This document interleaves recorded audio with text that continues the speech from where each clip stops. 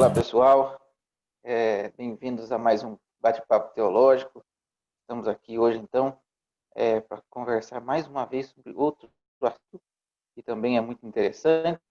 E já falo para vocês, já convido vocês, todos aqui que estão assistindo, a curtirem o vídeo, se gostarem no final, e a se inscrever nesse canal. A gente está sempre postando coisa nova, sempre postando vídeo novo, com entrevistas teológicas, falando sobre diversos assuntos.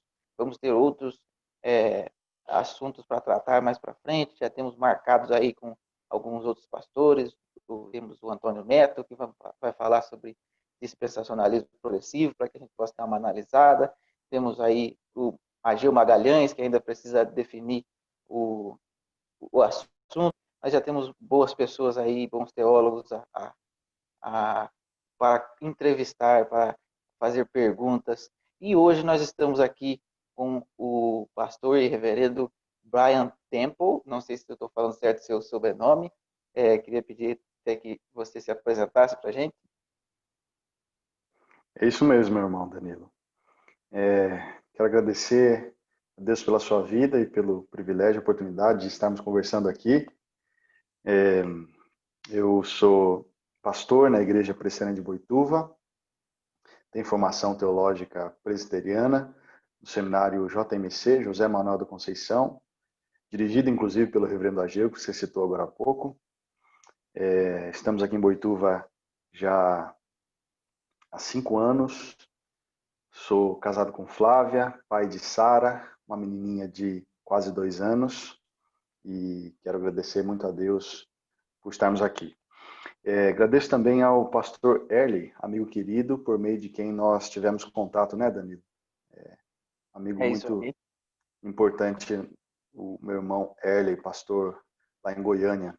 Também quero dizer, Danilo, que o assunto para o qual você nos chamou para falar é um assunto profundo, maravilhoso e que teria muitos irmãos mais capacitados, com mais propriedade para falar sobre ele. Mas eu fico feliz, podemos conversar sobre isso, uma doutrina tão bela e significativa para nós. Tá certo, o irmão Erley também vai estar com a gente, mais para o mês que vem, porque ele estava meio cheio de coisa, mas ele também vai participar aqui. Então, o assunto que a gente vai falar hoje é teologia do pacto.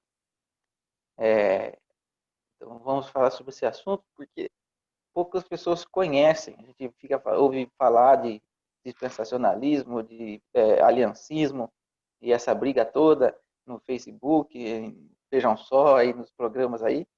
E esse assunto é um assunto muito interessante, mas há também muitos espantalhos que são criados a respeito dessa posição, e toda posição que é desconhecida é alvo de espantalhos. Então, para que a gente consiga diminuí-los, vamos hoje falar sobre a teologia do pacto, sobre o que ela é, e fazemos algumas perguntas sobre ela. A primeira pergunta que eu já gostaria de fazer é a seguinte: o que é a teologia do pacto? Por que ela tem esse nome? E qual a relação entre as palavras pacto e aliança? Joia. Teologia do pacto, Danilo, é uma visão a respeito de toda a Escritura, que reconhece o estabelecimento de aliança como uma espécie de linguagem oficial com a qual Deus fala com o homem. É assim que Deus resolveu tratar com o homem desde o início. Então, ao invés de enxergar a progressão da história redentiva em várias dispensações, nós enxergamos em 2 pactos apenas. Um pacto de obras inicial e um pacto de graça posterior a ele. O pacto de obras se daria apenas com Adão, que o quebrou pelo seu pecado, colocando assim toda a sua raça em inimizade com Deus. E o pacto de graça conseguinte, não mais com Adão somente, ou com um homem somente, mas com todo o povo de Deus, por intermédio de um homem, o segundo Adão, Cristo. Então, o nome pacto, aliança, teologia do pacto, teologia da aliança, é justamente por isso. porque é o tipo de método relacional que Deus estabeleceu para que se relacionasse com o homem, para que se comunicasse com o homem, para que colocasse os seus propósitos em desenvolvimento na história de todas as coisas. Então, é muito significativa a ideia das cabeças representativas, né? Tanto Adão como Cristo. Adão no pacto de obras e Cristo no pacto da graça. Uma coisa que ajuda a gente a entender bastante, um conceito que ajuda a gente a entender bastante a visão de pacto por toda a Escritura é a seguinte. Essa é uma frase de um puritano antigo. Para o Pai, é como se existissem apenas dois homens no mundo, Adão e Cristo. Ou nós estamos pendurados debaixo de um, ou nós estamos pendurados debaixo de outro. Compreende? É a ideia de que as cabeças federais, é uma linguagem comum do aliancismo essa, Adão e Cristo, representando, portanto, pacto de obras e pacto da graça, são os representantes da humanidade. É claro que Adão de toda a humanidade e Cristo do seu povo somente. Então, nessa visão, o que leva à condenação? O que é a queda e o que leva à condenação? A resposta é estar debaixo da representatividade de Adão, que tornou a si e a sua raça inimigos de Deus. E todos nós nascemos assim, segundo constata a Escritura. O que é redenção, portanto, nessa visão da aliança de Deus com o homem? É estar debaixo da representatividade daquele que reconciliou ambas as partes, homem e Deus, tomando sobre si a culpa do homem, apaziguando a ira de Deus e nos apresentando como justos diante dele. Então, esse pacto de graça em Cristo Jesus é administrado de várias maneiras, de forma inicial no Antigo Testamento e progressiva até que, na sua plenitude, Cristo seja revelado amplamente de forma profunda. Então, a ideia de teologia do pacto é basicamente essa. Pacto, aliança, é um método relacional de Deus com o homem e pela quebra do pacto de obras, na amostra de que nós somos incapazes de obedecer a Deus e viver com Ele por nós mesmos, nasce a figura do mediador Cristo Jesus, por meio de quem o segundo pacto se estabelece e em quem estão centradas todas as coisas. É o pacto de graça, Danilo, nos ajuda a entender por que todas as coisas estão centradas em Cristo, né? Então, basicamente é isso, embora muito mais poderia ser dito a respeito da teologia do pacto. Agora, os termos aliança e pacto são sinônimos, né? São termos sinônimos. A expressão aliança é mais usada nas nossas traduções, mas são sinônimos. Eles significam acordo, concordata, contrato e etc.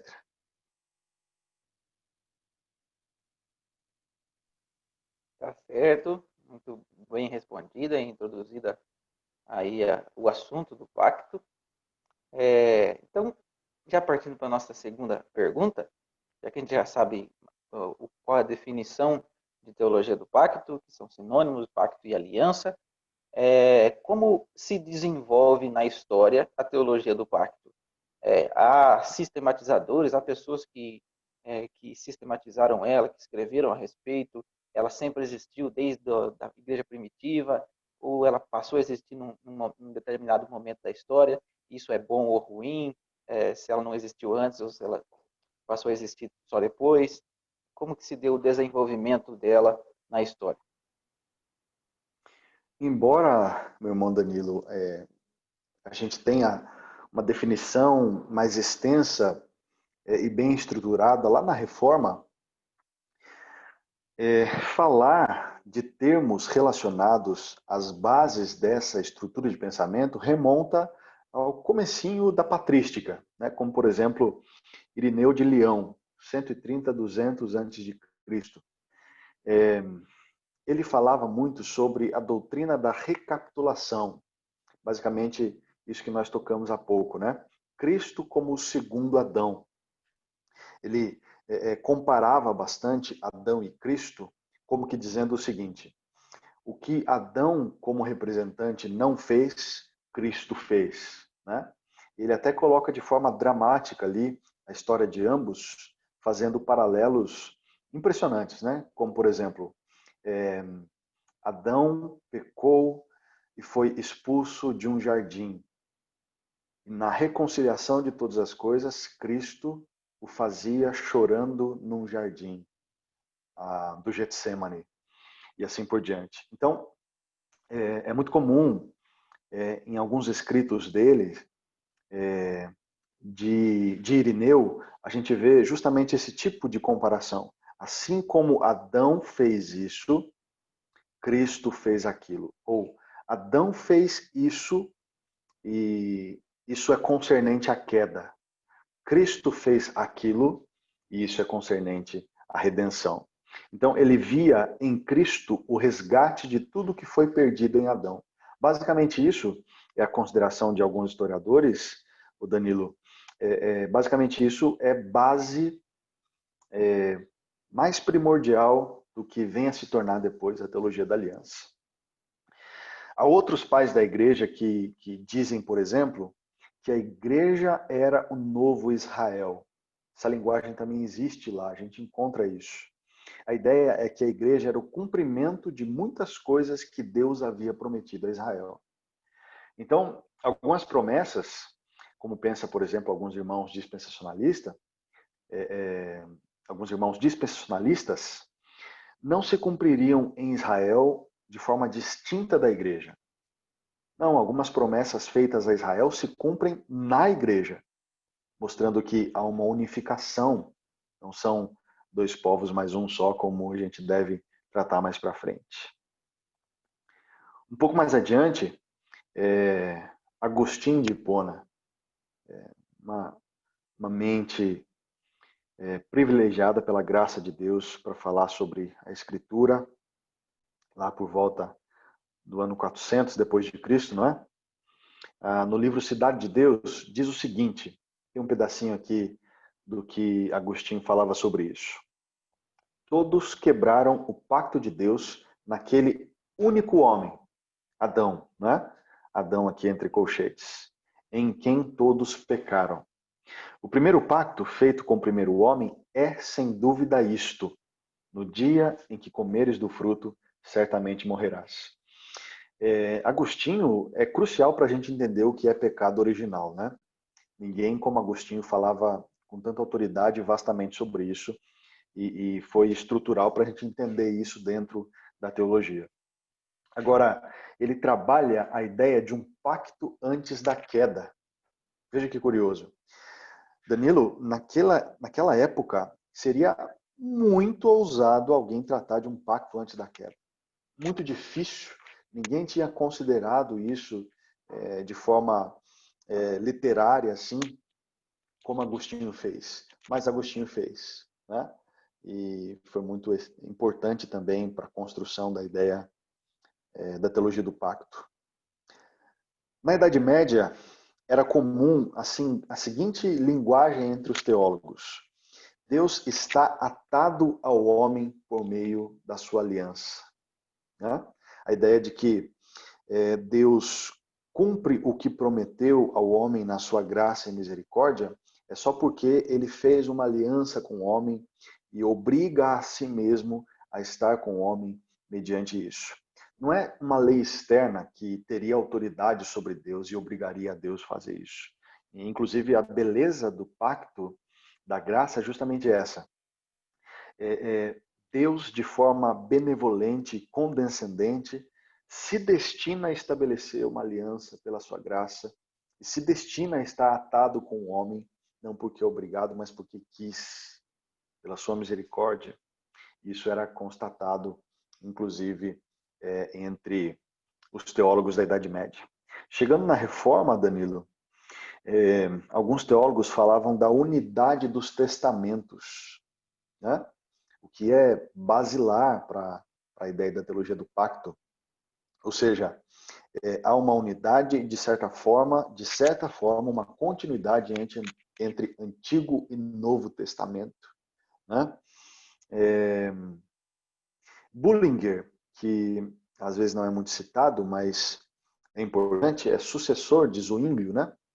Zwinglio ficou, inclusive, por menos tempo em Zurique do que Bullinger. Bullinger é quem faz o trabalho maior em Zurique da Reforma, e ele talvez tenha sido o primeiro a sistematizar a ideia do pacto, ou dos pactos, na teologia do pacto, de forma mais robusta, né? Ele escreve um tratado inteiro sobre pacto, fazendo ali uma exposição de Gênesis 17. E Bullinger, Danilo, é muito hábil em mostrar que cada parte de Gênesis 17, por exemplo, contém aspectos que denotam um pacto. Ele mostra a ideia de pacto no contexto de Gênesis 17, por exemplo, e diz que Deus se rebaixou para que fosse condescendente, usando dessa linguagem para que o homem entendesse o que ele estava fazendo, se atando com o homem por meio de uma linguagem de contrato, para que o homem pudesse compreender o que era a graça de Deus. Bullying, portanto, é essencial na construção da teologia do pacto. Heinrich Bullinger. Zacarias Ursinus, o conhecido escritor do Catecismo de Heidelberg, ele também fala de um pacto de obra feito na criação do homem. Ou seja, logo ali com o primeiro casal, especialmente com Adão, Deus ditou a sua relação com eles por meio de um pacto. Isso está presente lá em Ursinus. Calvino defende também a ideia de uma unidade da história da salvação, considerando o Antigo e Novo Testamento, né? Calvino aponta, Danilo, que as diferenças entre os dois testamentos são meramente administrativas e não de substância. E essa linguagem vai ser essencial para nós entendermos, né, a relação entre Antigo e Novo Testamento. E um documento, talvez, um dos mais importantes da história da Reforma, uma das cartas magnas da história da Reforma, além das Institutas de Calvino, um documento mais resumido, a Confissão de Fé de Westminster.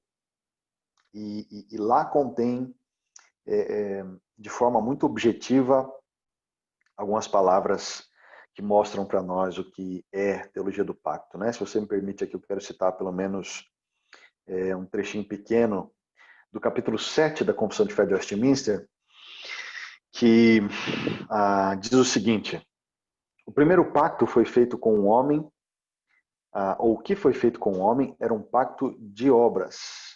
Nesse pacto foi a vida prometida a Adão e nele a sua posteridade, sob a condição de perfeita obediência pessoal, ou seja, pacto de obras, né? Ponto 3 diz o seguinte: o homem, tendo se tornado pela sua queda incapaz de ter vida por este pacto, o Senhor dignou-se fazer um segundo pacto, geralmente chamado o pacto da graça. Nesse pacto, ele livremente oferece aos pecadores a vida e a salvação por Jesus Cristo, exigindo deles a fé nele para que sejam salvos, e prometendo dar a todos os que estão ordenados para a vida o seu Santo Espírito, para dispô-los e habilitá-los a crer. E aqui, encerrando a confissão, a afirmação 6 diz o seguinte: sobre o Evangelho, quando foi manifestado Cristo, a substância, as ordenanças pelas quais este pacto é dispensado são a pregação da palavra, a administração dos sacramentos, do batismo e da Santa Ceia, ou da Ceia do Senhor. Por estas ordenanças, posto que poucas em número e administradas com maior simplicidade e menor glória externa, o pacto é manifestado com maior plenitude, evidência e eficácia espiritual a todas as nações, aos judeus bem como aos gentios. É chamado o Novo Testamento. Não há, pois, dois pactos da graça diferentes em substância, mas um e o mesmo sob várias dispensações. A palavra dispensações aqui muito relacionada à ideia de administração, né? Um pacto só sob várias administrações. Então eu creio que, pensando lá em Irineu de Leão, até aqui em São Fé de Westminster, a gente tem uma boa noção do que é o pacto de graça no desenvolvimento da teologia a partir dos intérpretes da palavra.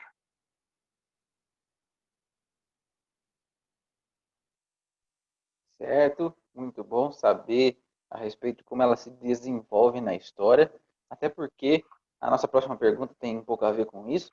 É, é muito comum ouvir algumas pessoas contarem vantagem para as suas teologias, para os seus sistemas teológicos, dizendo que eles são mais antigos, dizendo que eles podem ser encontrados nos pais da igreja.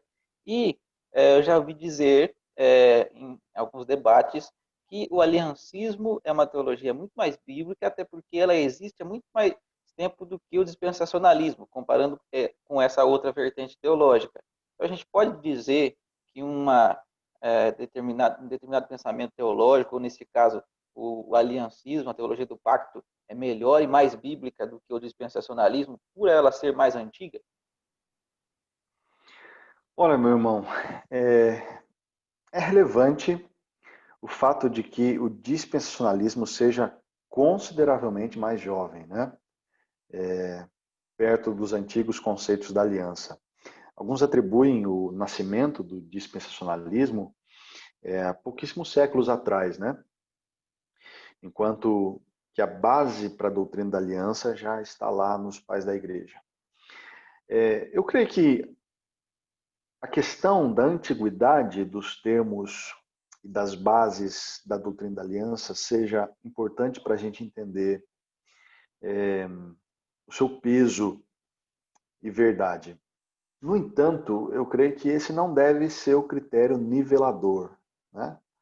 Porque é possível que tenha doutrinas ruins lá no passado. Agora, de fato, eu creio que é estranho que uma doutrina extremamente nova tenha sido desconsiderada, tenha passado pelos olhos como que cegos de todos os teólogos, escritores e intérpretes da palavra no passado.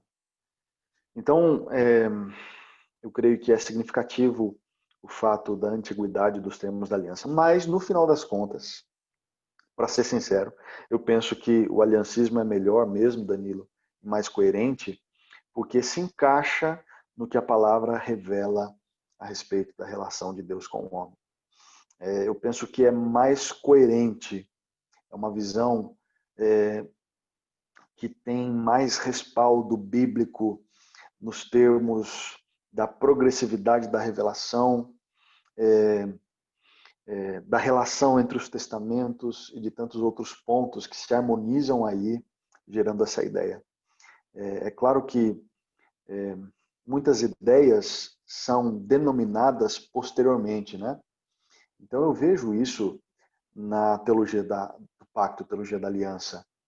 Embora o nome venha a ser dado posteriormente, a sistematização venha a ser feita lá na Reforma, a gente tem o conceito, a ideia já bem estabelecida, penso eu, de forma fiel na história da igreja. Então, é significativo, mas para mim não é nivelador o fato da antiguidade da doutrina. Significativo e nivelador para mim é o fato de que é mais coerente com o todo da Escritura. Certo, então a teologia deve ser medida aí pela sua biblicidade e não somente, embora a biblicidade também possa ser um, um motivo pelo qual ela é antiga, mas o fator principal aí é o quanto ela é bíblica, correto? Certo, certo. Vamos então para a nossa próxima pergunta, que é o seguinte: eu sei que a teologia do pacto tem algumas implicações na adoração da igreja. Por exemplo, onde eu congrego, na minha congregação, nós permanecemos com as crianças no culto E isso é dito por alguns pastores como uma implicação, não que todas as que aderem à teologia do pacto façam isso, mas algumas ensinam que uma consequência da teologia do pacto é cultuar com toda a família. Existem mais implicações da teologia do pacto na adoração e na vida da igreja, e a questão dos filhos e da família toda cultuando junto é também uma implicação da teologia do pacto? Eu creio que existem, Danilo, muitas aplicações, sabe? E faltei aqui tempo para a gente pensar nelas. Mas pincelando algumas aqui, eu penso que sim, essa é uma aplicação importante, né? Não só o fato das crianças estarem como membros ativos no serviço de culto a Deus, mas o fato delas serem batizadas, né? Essa é uma aplicação direta da teologia do pacto na vida da igreja. Mas um pouco anterior a isso, eu penso que a visão dos sacramentos é toda alterada por conta da teologia do pacto e nos dá uma visão mais profunda, um conceito mais profundo do que eles significam. A teologia do pacto nos faz entender, por exemplo, que o sacramento, como sinais da aliança da graça, devem estar presentes porque sempre estiveram no meio do povo de Deus, né? Então, lembrar que ser batizado e desfrutar da mesa do Senhor, lembrar que isso é algo que o povo de Deus sempre fez, recebendo esses sinais, mesmo que na administração do Antigo Testamento, na forma de Páscoa e circuncisão, isso é importante, Danilo, porque faz nós sabermos que há um só povo, que nós somos parte dele.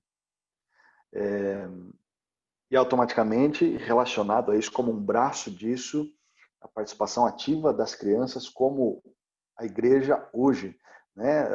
Normalmente a gente olha para as crianças como a igreja do amanhã, né? A igreja do futuro. Mas não, as crianças são a igreja de hoje, de hoje. Nós não temos problema nenhum em batizar as crianças, porque nós sabemos da continuidade da história redentiva e as crianças do povo de Deus sempre foram marcadas com um sinal do Pacto da Graça e as nossas devem ser hoje também, né? Então, certamente essa é uma aplicação prática na adoração da igreja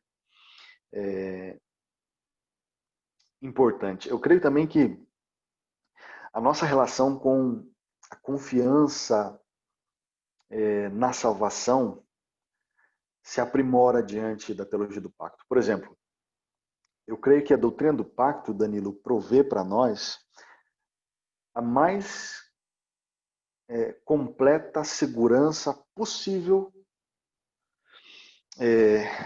a respeito da salvação em Cristo Jesus, né?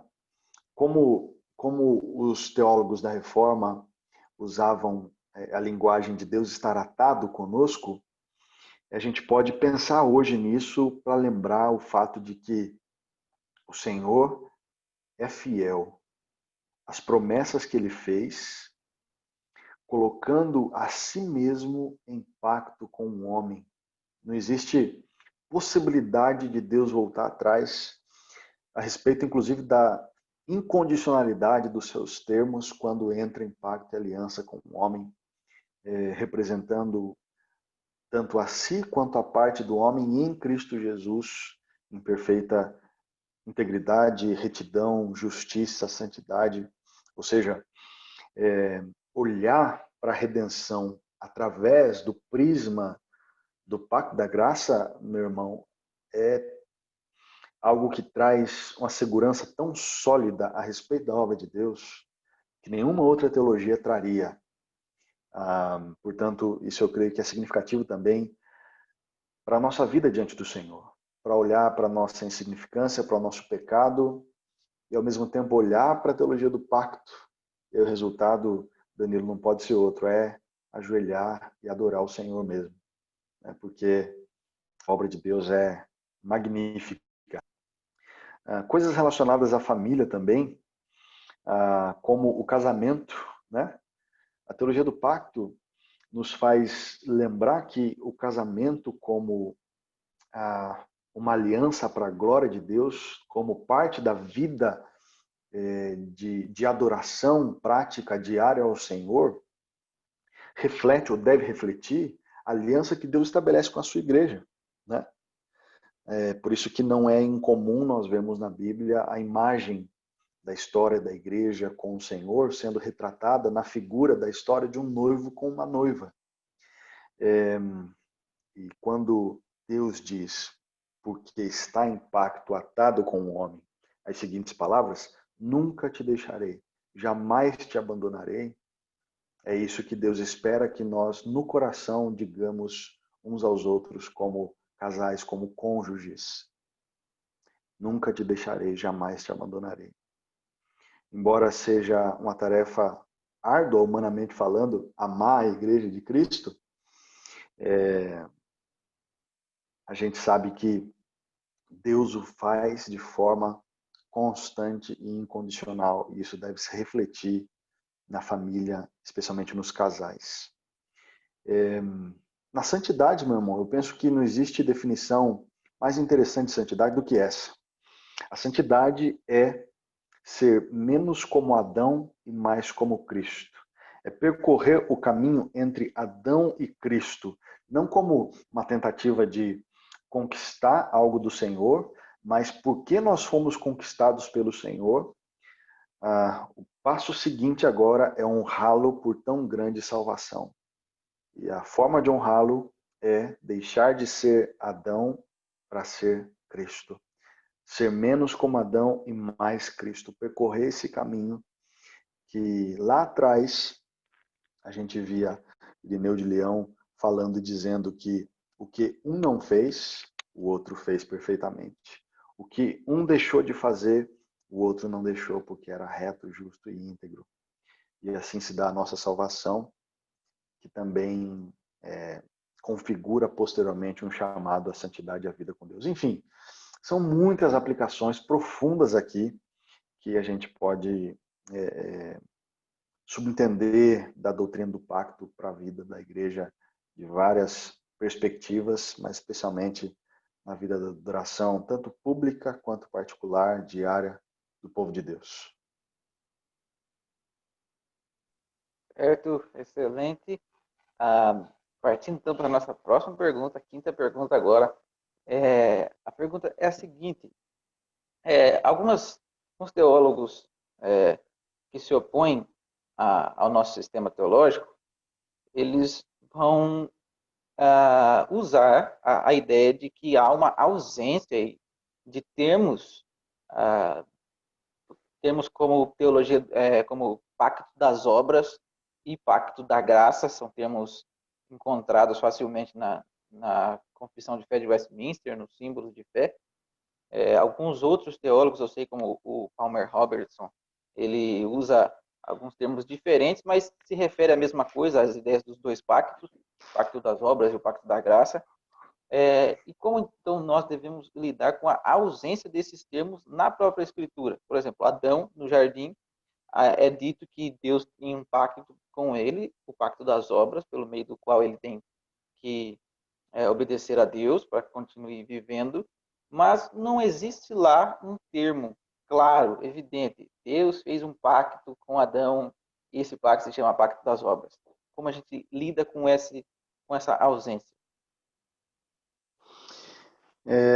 Eu creio que a gente deve lidar com isso, meu irmão, da mesma forma com que a gente lida com a Trindade.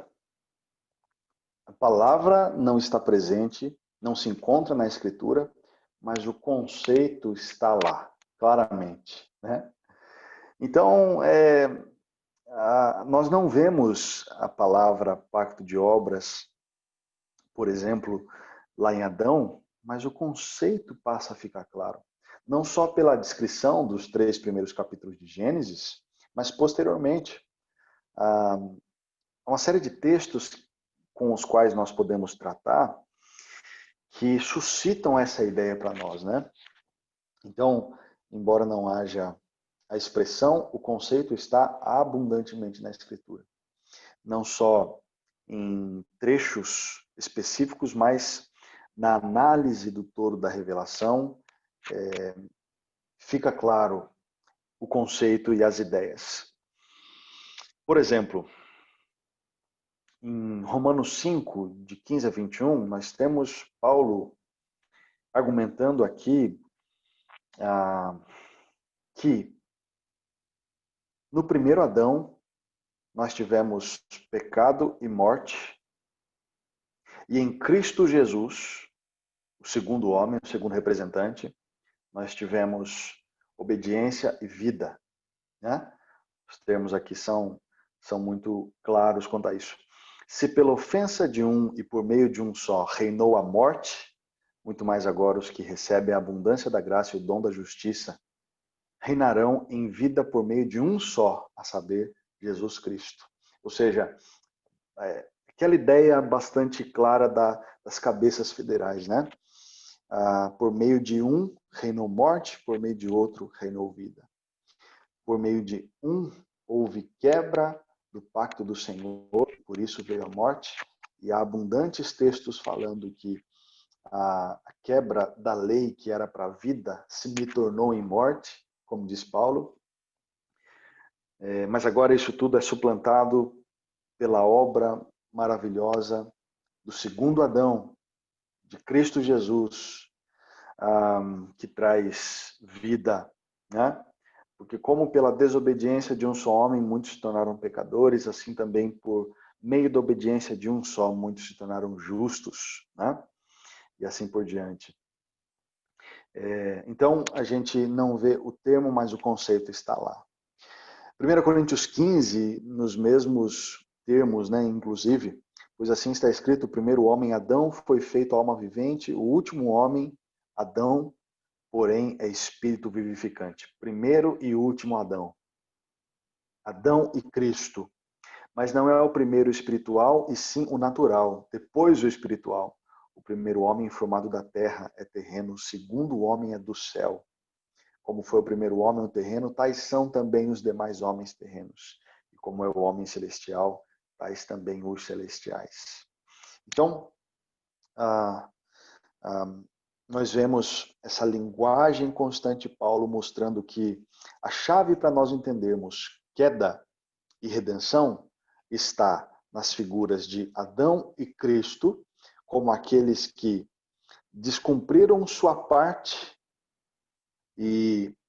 ou aquele que descumpriu a sua parte e trouxe queda e morte, e aquele que cumpriu a sua parte e trouxe vida eterna. Veja a ideia de que, se por meio de a desobediência de um, desobediência a quê? Por que o fato de Adão ter desobedecido trouxe consequências terríveis para todo homem, se não por meio de um pacto estabelecido e feito pelo Senhor, né? Assim como pela obediência do último Adão trouxe vida ao seu povo. Por que ele trouxe vida ao seu povo, se não pelo estabelecimento de uma aliança com a qual promessas são levantadas em todo o Antigo Testamento como a mostra da palavra fiel de Deus quanto ao cumprimento delas. Então, esses textos são exemplos, mas há muitos outros, né? Hebreus 8, Danilo, muito interessante, fala para nós sobre o fato de que a nova aliança no Senhor tem os mesmos objetivos da velha aliança, que na visão de muitos são duas diferentes, mas para nós, especialmente pelo fato de terem os mesmos objetivos, configuram uma só. E velha e nova, essa linguagem bíblica, no final das contas, é para mostrar as diferentes administrações entre elas, né? O Senhor diz, por exemplo, que a sua nova aliança consiste em, na mente do povo, imprimir as minhas leis, também sobre o seu coração as inscrever. Eu serei o Deus deles e eles serão meu povo. Aqui Hebreus está reproduzindo uma profecia de Jeremias, né? Ou seja, a nova aliança que Deus propõe significa colocar no coração deles a mesma coisa que Deus queria colocar na velha aliança, ou seja, na administração antiga do mesmo pacto, mas em Cristo isso encontra uma plenitude maior. E assim por diante, né? Uma coisa significativa para mim, Danilo, é Romanos 4, de 9 a 11, que fala ali sobre a circuncisão, especialmente citando ela como um sinal da justiça da fé. Né? O texto é claro nessas palavras, nesses termos. E recebeu o sinal da circuncisão como selo da justiça da fé. Ou seja, justiça da fé, justificação, graça de Deus, sendo administrada a Abraão. Paulo, em Romanos 4, aqui está falando sobre a justificação de Abraão, como parte do pacto de Deus feito com ele, que não é outro, Danilo, senão o pacto da graça. Né? Então, isso tudo para nós são conceitos presentes na Escritura que esclarecem bem o conceito de pacto da graça. Pacto de obras e pacto da graça, né? A teologia da aliança em si. O último ponto que eu queria tocar é o modo como nós vemos, por exemplo, os 10 mandamentos. É óbvio que já moldado por essa visão da aliança, mostra para nós o quanto ele, se de fato deve ser olhado assim, representa a verdade desse conceito na Escritura. Daniel, normalmente a gente enxerga os 10 mandamentos como se fosse Deus olhando para o povo e punindo o povo porque eles agiram errado. Não é assim que às vezes a gente pensa? Vocês erraram, agora vocês vão ter que fazer isso, isso, isso. É que nem aquela mãe brava, né? O adolescente lá faz besteira, aí a mãe diz assim, você errou, agora você vai ficar sem videogame, sem internet, sem chocolate, sem futebol e sem Netflix e vai ter que estudar 8 horas por dia.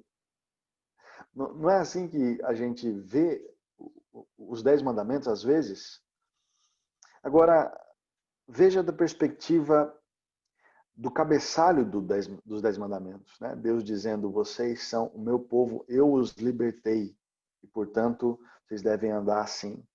E na analogia que a gente já citou, entre noivo e noiva, a ideia é que Deus estava chamando para si a igreja. Deus estava dizendo o seguinte, vocês serão o meu povo, e, portanto, vocês devem agir como o meu povo, agir como livres que estão, porque eu os libertei, e não como escravos no Egito.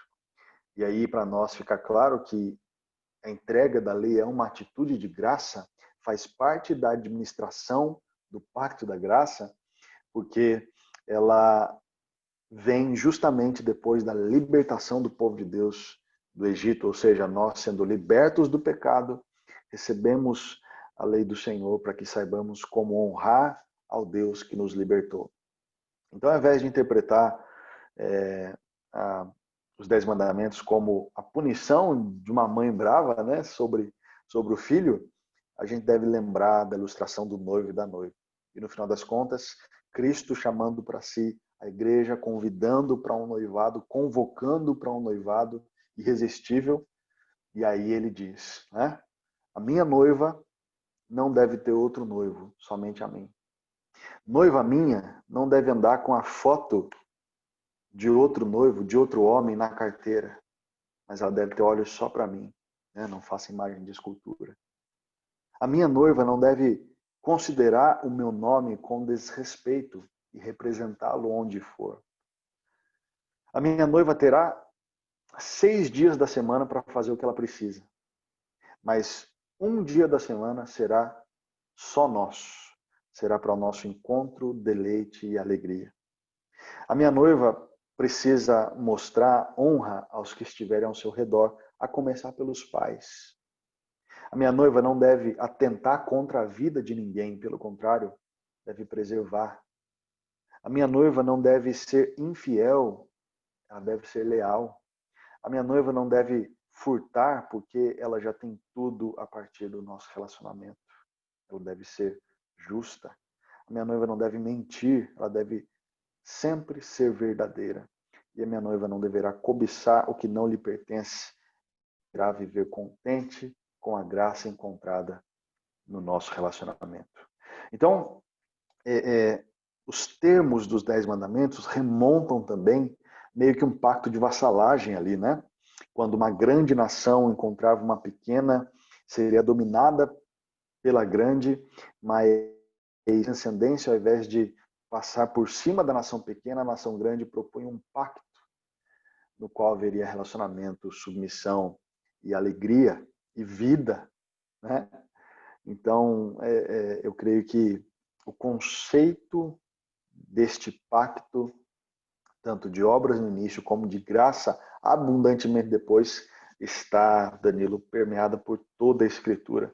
Não só ali nas promessas do Antigo Testamento, mas explicada por Paulo, ou os conceitos explicados por Paulo lá em Romanos 5 e por tantos outros textos. Então eu penso que é assim que a gente lida com a falta de expressões exatas, né? Pacto da obra, pacto da graça. A gente lida reconhecendo a presença clara desses conceitos, embora não nos termos que nós estamos acostumados a usar. Excelente. Então podemos ver aí o pacto a teologia do pacto na Escritura, sem que o termo exatamente o termo teologia da aliança ou teologia do pacto, ou pacto das obras, ou pacto da graça estejam ditados lá, escritos nestas palavras, mas o conceito permanece. Você tinha falado para a gente que há uma união, uma continuidade maior na teologia do pacto entre Antigo Testamento e Novo Testamento. Eu já ouvi alguns teólogos aliancistas dizerem que chamarem o povo de Deus no Antigo Testamento de crentes do Antigo Testamento ou de igreja do Antigo Testamento.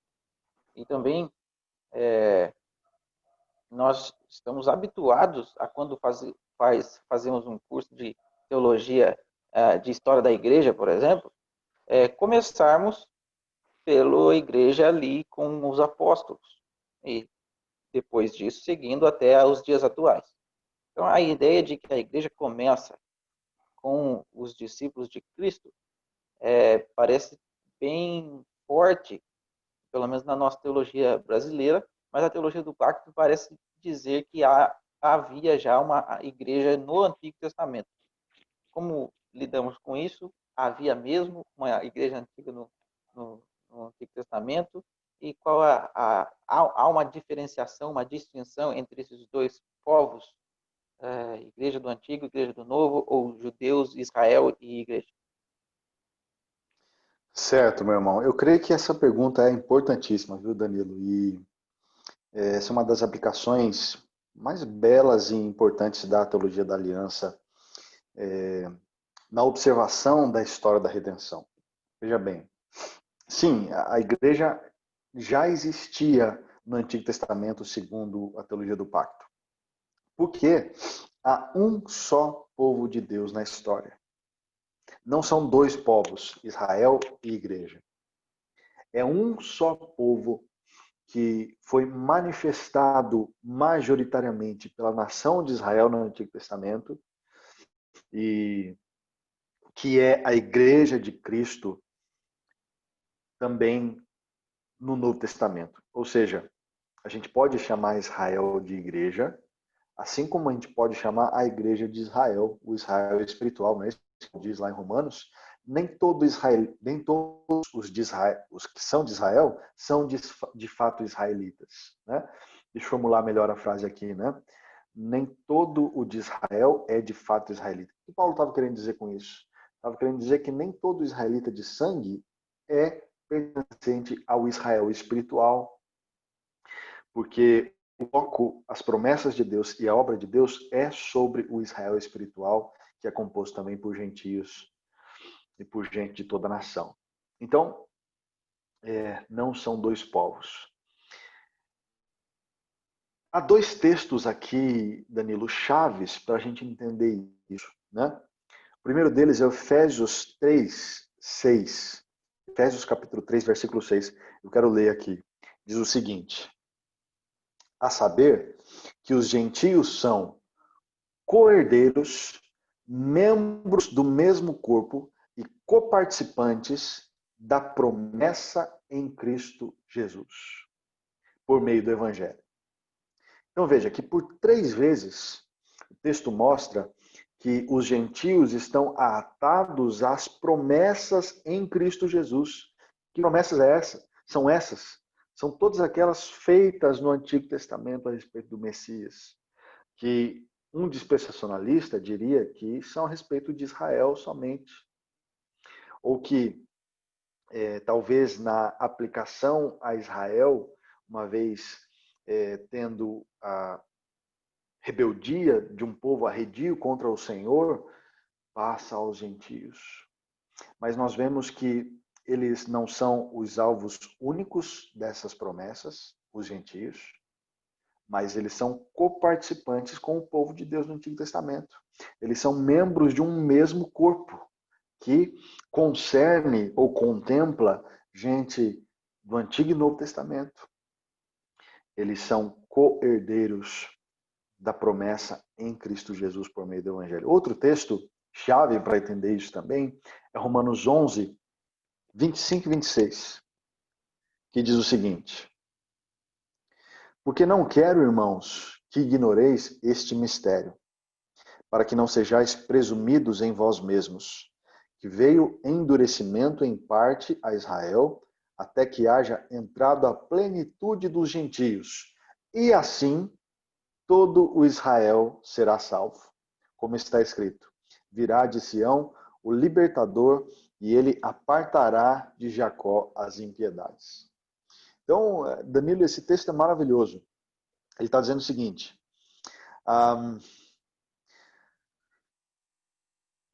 o povo de Deus é composto por gente da nação de Israel e gente dentre os gentios. E só quando gente da nação de Israel e gente dentre os gentios estiver bem inteirados do Evangelho, então é possível afirmar: todo Israel será salvo. Na descrição do texto, todo Israel é justamente a soma de israelitas e gentios, né? E assim, todo Israel será salvo. Vem endurecimento em parte a Israel, até que haja entrada a plenitude dos gentios. E assim todo Israel será salvo. Então, esses textos são importantes para a gente ver o Novo Testamento apontando para o Antigo e dizendo que há uma unificação a respeito do povo de Deus. A teologia do pacto, Danilo, nos mostra que a manifestação da graça de Deus, desde o Antigo Testamento, se dá no mesmo pacto, o pacto de graça. E, portanto, com o mesmo povo. E, portanto, com os mesmos sacramentos. E, portanto, com as mesmas promessas. Né? Não há promessa para Israel e diferentes promessas para a igreja. Não há sacramento para Israel e sacramentos diferentes para a igreja. Não há um povo em Israel e outro povo na igreja. Então, nesse sentido aqui, não há distinção entre crente do Antigo Testamento e crente do Novo Testamento. A diferença é que existe são de administração do mesmo pacto, mas em diferente administração. Para isso, eu queria suscitar aqui novamente a Confissão de Fé de Westminster, que diz o seguinte, especialmente no ponto 5 do capítulo 7. Esse pacto, o pacto da graça, no tempo da lei, não foi administrado como no tempo do Evangelho. Sob a lei, foi administrado por promessas, profecias, sacrifícios, pela circuncisão, pelo Cordeiro Pascal e outros tipos e ordenanças dadas ao povo judeu, prefigurando tudo Cristo que havia de vir. Por aquele tempo, essas coisas foram, pela operação do Espírito Santo, suficientes e eficazes para instruir e educar os eleitos na fé do Messias prometido, por quem tinham plena remissão dos pecados e a vida eterna em Cristo Jesus. Essa administração chama-se o Velho Testamento.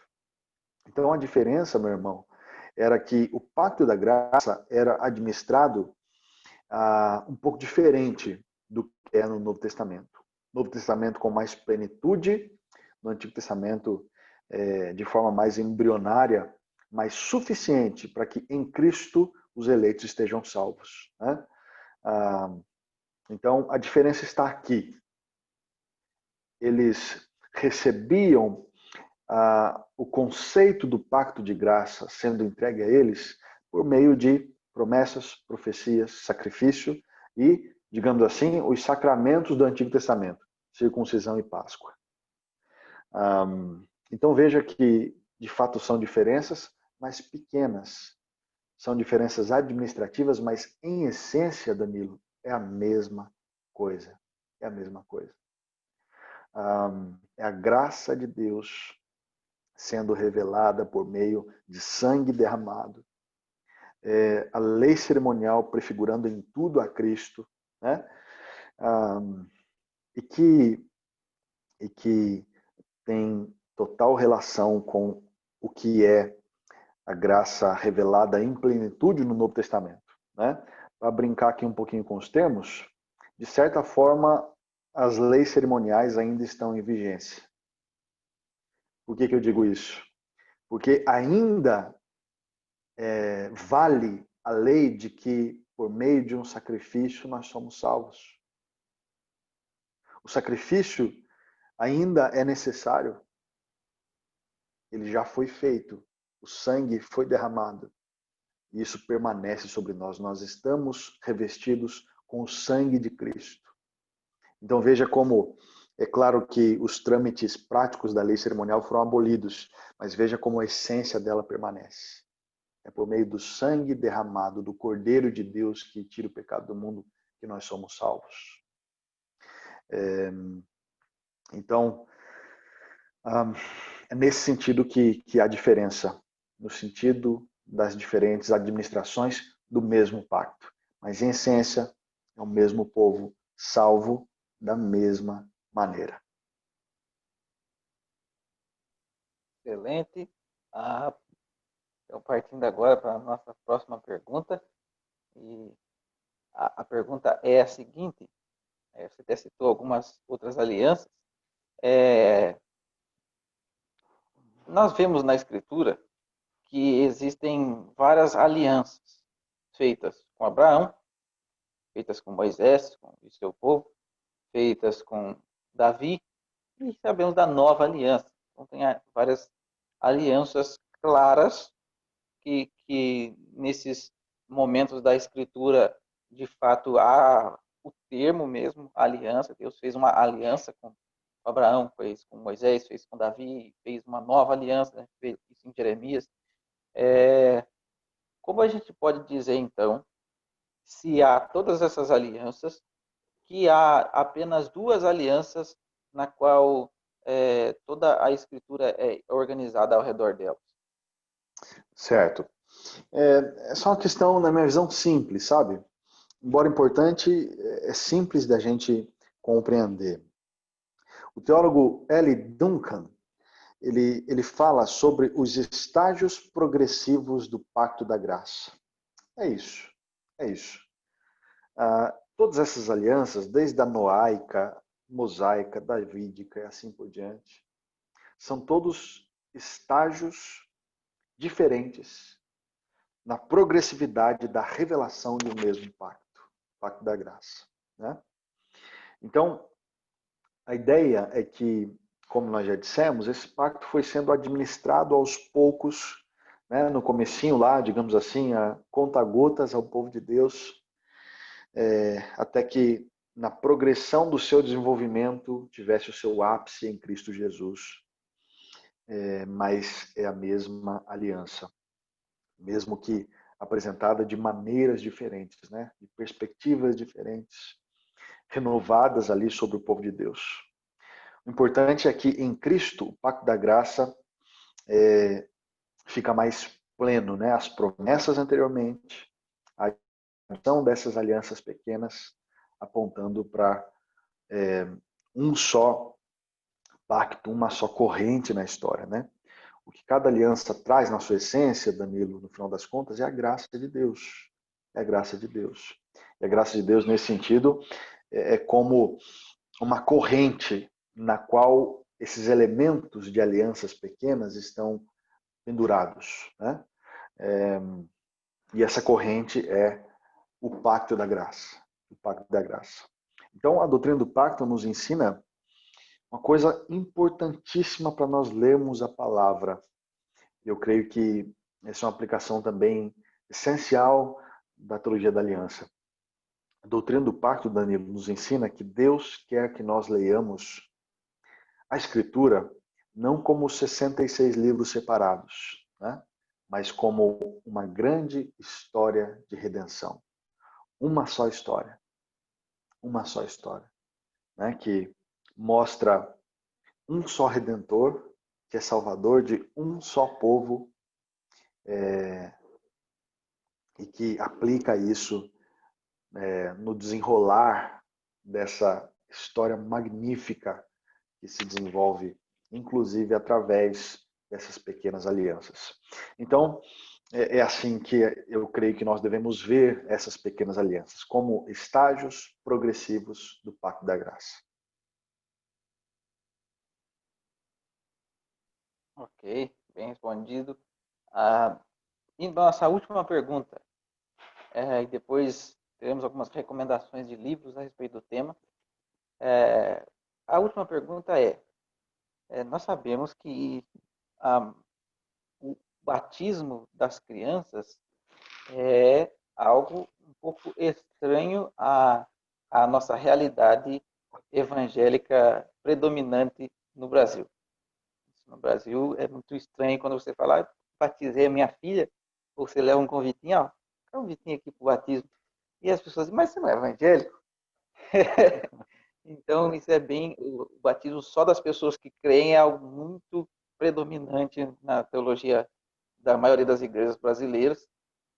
Então, a minha pergunta é possível, e aí os termos é necessário explicar, o credo batista para o batismo dos que creem, e Pedro batismo, o batismo dos infantes, dos nossos filhos, é possível ser credo batista, é possível crer numa teologia que defende que os filhos devem ser batizados somente quando chegam na idade da razão ou quando creem e manifestam a sua fé, e permanecer e conseguir ser aliancista e conseguir aderir à teologia do pacto, crendo assim, sendo um credo batista?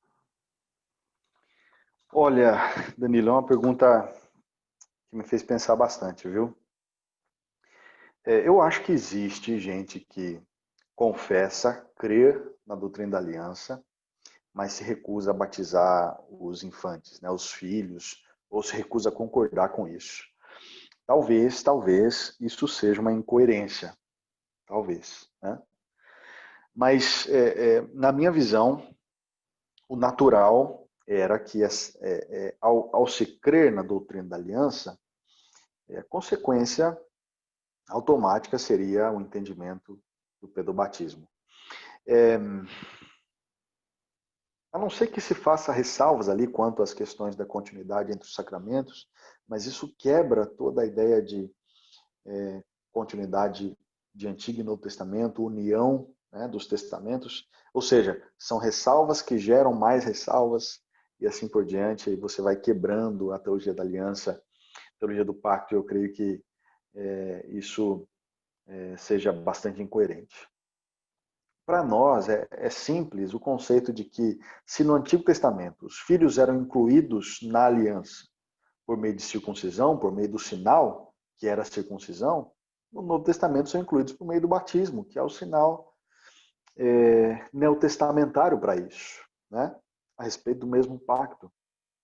Agora, o que é significativo para mim, Danilo, e eu sempre converso com os irmãos que têm dúvidas sobre isso a partir desse texto, é o texto que a gente já citou lá de Romanos 4, verso 9 e 11, remontando a questão de Abrão e dizendo o seguinte: o que significa a circuncisão?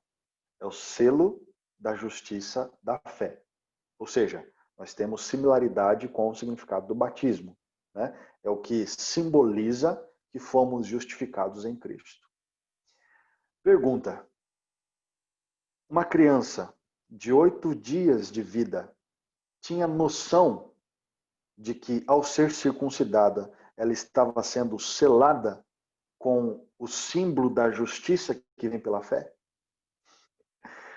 De forma nenhuma. De forma nenhuma. Ou seja, se no Antigo Testamento, para ser simbolizado com o sinal da aliança, uma criança não precisava ter um entendimento disso, o que no Novo Testamento precisa? Né? E a questão para nós importante é a seguinte: a ceia do Senhor, esse segundo sacramento, demanda sim uma compreensão, um discernimento. A palavra é clara, né? Examine-se, pois, o homem a si mesmo e coma do pão, tome do cálice. Agora a palavra não diz: examine-se o homem a si mesmo e então seja batizado. Não. A palavra mostra batismos acontecendo tanto na multidão dos 3.000, e a palavra não exclui as crianças disso, quanto na casa de Cornélio, e a palavra não exclui as crianças disso, e assim por diante. Então, é o símbolo que representa aquilo que já pode ter acontecido quando há uma conversão na idade da razão, um adulto, por exemplo, vem a Cristo, é alcançado pela graça de Deus, ou seja, a justificação já aconteceu e ele está agora sendo recebido no corpo de Cristo por meio do símbolo que a representa, ou essa justificação pode vir a acontecer e o símbolo já estiver lá. Ou seja, o símbolo simboliza, e não importa se ele vem antes ou depois do que ele simboliza. O importa é que ele esteja lá porque Deus ordenou que o sinal do Pacto da Graça esteja presente. Né? Eu comparo sempre a ideia de um adesivo, por exemplo, da faculdade. Né? O pessoal que faz advocacia, por exemplo, põe lá o adesivo no carro, faz medicina, põe lá o símbolo da medicina no carro. O cidadão está no primeiro ano de 8 anos, fora residência, fora especialização, tudo mais. Mas ele já está lá com o símbolo da medicina. Ou seja, aquilo que simboliza a profissão vem antes da profissão sendo de fato realizada. Assim são com os infantes. Né? O símbolo pode estar sobre eles, na esperança de que, pela graça de Deus, aquilo que é simbolizado aconteça interiormente nos seus corações. Então, eu creio que se houver alguma ressalva para aqueles que creem na teologia da aliança, mas ao mesmo tempo querem evitar o batismo, são ressalvas que chamam outras, e chamam outras, e chamam outras, e a essência da teologia da aliança não permanece. Então, embora eu creio que possa existir isso, há um clamor aqui por coerência que mostra que, no final das contas, a consequência natural de se crer na teologia da aliança é reconhecer o batismo dos infantes, assim como muitas denominações históricas reconhecem, né?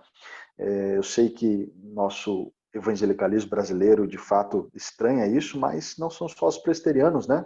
São os anglicanos, os luteranos, os metodistas, os congregacionais. Aliás, na época da Reforma, o comum era o batismo de crianças, né? E como nós vimos, não é estranho que seja assim, porque havia muitos teólogos bem preparados para instruir a igreja quanto à doutrina da aliança naquele período. E, excelente. Para que a gente termine, provavelmente isso nossa conversa tenha despertado o interesse de muitas pessoas em se aprofundar a respeito desse assunto. Algumas dúvidas devem ter brotado aí no meio do caminho também, perguntas novas, perguntas que não foram feitas. Então, você consegue nos indicar, nos recomendar alguns livros que vão fazer com que possam nos ajudar a nos aprofundar nesse assunto? Tanto em português, a maioria provavelmente, mas também em inglês, porque a gente sabe que tem pouca coisa traduzida e tem muita coisa boa em outro idioma, muita coisa boa em inglês. Então, tem pessoas que leem, tem pessoas que não leem, mas você pode recomendar aí algumas coisas, tanto dos dois idiomas, ou se souber só de um, não tem problema. Sim, sim. Meu irmão, eu separei 3 títulos aqui que foram bastante importantes para mim. E eu creio que são assim especiais nisso, sabe? Livros que, como diria um professor meu lá do JMC, Reverendo Daniel Santos, que a gente tem que ler pelo menos uma vez por ano. A começar aqui, por ordem de importância, na minha compreensão, pelo título O Deus da Promessa, de Michael Horton, editora Cultura Cristã. É um livro que trata disso de forma muito clara, é uma excelente introdução à doutrina da aliança. Michael Horton é um pastor compromissado com a subscrição ao Westminster e tem muita propriedade para falar disso. Excelente, excelente, livro excelente. O livro que eu recomendaria em inglês, no final das contas, foi traduzido, viu Danilo?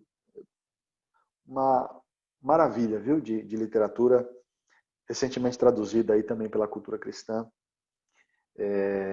de um teólogo chamado Cornelis Venema. Ele tem mais conteúdo disso que ainda não foi traduzido, mas esse, se alguém tiver interesse no assunto, tiver contato com a literatura, de fato vai enriquecer muito no assunto. O título é Cristo e a Teologia do Pacto, Cornelis Venema. Excelente, excelente. E o terceiro título aqui, que eu recomendo, é O Cristo dos Pactos, Palmer Robertson. Conhecido já, desses 3 aqui, o mais antigo, e que trata, por exemplo, de termos como, por exemplo, Pacto da Criação, né? Robertson, ele evita usar o termo Pacto de Obras, embora tenha o mesmo significado. Você já disse, apontou isso, inclusive. Mas ele é, assim, importantíssimo para entender os diversos acordos ali, alianças de Deus ali com os homens, com o povo através dos homens, como aquelas pequenas alianças que nós citamos. E é muito interessante a leitura dele, porque ele é eficaz em mostrar para nós a presença disso na história redentiva. A presença desse método, dessa linguagem relacional de Deus em toda a história da redenção. Então fica aí esses 3 títulos que para mim são importantíssimos para aqueles que querem conhecer com mais profundidade a doutrina da aliança. O Deus da Promessa, Michael Horton, Cristo e a Teologia do Pacto, Cornelis Venema. Pesquisando um pouquinho mais sobre Venema, você vai achar lá alguns outros títulos nesse tema. E o Cristo dos Pactos, Palmer Robertson. Excelente, muito obrigado pela sua participação, por ter aceitado o convite. Já peço para todos que estão assistindo, mais uma vez, que lembrem, gostaram do vídeo, curtam o vídeo, recomendem, compartilhem, se inscrevam no canal, ativem o sininho para que vocês recebam as novas notificações dos novos vídeos. Agradeço mais uma vez, pastor Brian, muito obrigado por ter estado conosco, foi muito esclarecedor, coisas que eu fortaleci a minha posição a respeito da teologia do pacto com as suas respostas, foi muito bom. Louvado seja Deus pela sua vida. Amém. Eu agradeço, viu, meu irmão? Deus abençoe você, seu projeto, seu trabalho nisso. Que Deus abençoe e amplie tanto o canal no YouTube quanto no Facebook, enfim, nas demais mídias sociais. um privilégio, viu, poder compartilhar com você desse momento. Peço perdão pela limitação, pela falta de propriedade aqui para falar mais profundamente sobre uma coisa tão importante, mas compartilho também a minha alegria em poder falar sobre a doutrina do pacto.